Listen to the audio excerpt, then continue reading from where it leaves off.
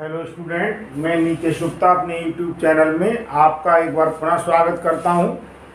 आज का जो टॉपिक है वो है वेग, जिसे हम कहते हैं वेलोसिटी। इससे हम कह सकते हैं दिशा के साथ चाल। एनसीईआरटी बुक की अगर हम बात करें तो उसमें टॉपिक का नाम लिया गया है दिशा के साथ चाल, स्पीड विद डायरेक्शन, जिसे हम वेग या वेलोसिटी कहते हैं। आप ऐसे समझ सकते हैं, मैं बहुत ही साधारण एग्जाम्पल के द्वारा आपको समझाने का प्रयास कर रहा हूं। यदि हम कहें कि किसी वस्तु की चाल 5 मीटर प्रति सेकंड है, तो इस समय तक तो ये चाल है और ये कैसी है, अदिश राशि है। और इसी के साथ हम कहते हैं यदि किसी वस्तु की चाल 5 मीटर प्रति सेकंड उत्तर दिशा में है, तो ये चाल के साथ जब दिशा लग गई, चाल के साथ जब दिशा लग जाती है, उस स्थिति में ये सदिश राशि हो गई। और सदिश राशि होने के साथ साथ इसे हम क्या कहते हैं, वेग कहते हैं। तो डिफरेंस आपकी समझ में आ गया होगा। चाल अदिश राशि है और वेग कैसी है, सदिश राशि है। एक मैंने वीडियो अपलोड किया है सदिश राशि और अदिश राशि के बारे में, उसे देखकर आप उसकी विस्तृत जानकारी ले सकते हैं। अब आप देखिए, अगर चाल और वेग इनमें डिफरेंस देखें तो मैंने आपको बता दिया डिफरेंस यही है कि चाल में तो केवल आंकिक मान है, जैसा मैंने आपको एग्जाम्पल से बताया, और वेग में आंकिक मान के परिमाण के साथ साथ क्या है, दिशा भी है। अब हम बात कर रहे हैं इसकी डेफिनेशन की।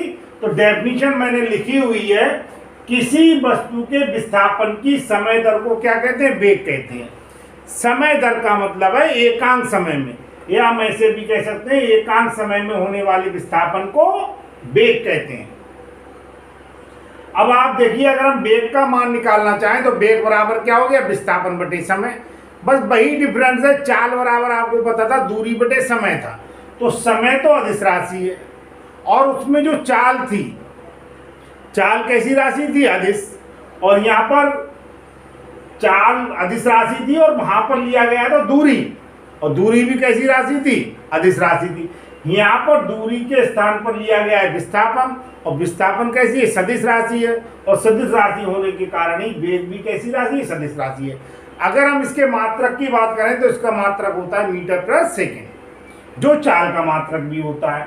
अब देखिए, यदि कोई वस्तु का वेग एक समान रूप से परिवर्तित हो रहा है, उसके वेग में परिवर्तन हो रहा है और उसके वेग में परिवर्तन हो रहा है एक समान रूप से, तब उसका अगर हम औसत वेग निकालें, जिसे हम एवरेज वेलोसिटी कहते हैं, तो एवरेज वेलोसिटी बराबर हो जाएगी प्रारंभिक वेग प्लस अंतिम वेग upon 2, initial velocity plus final velocity upon 2।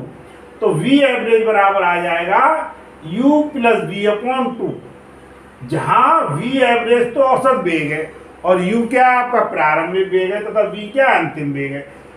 किसी वस्तु में वेग के परिवर्तन का कारण,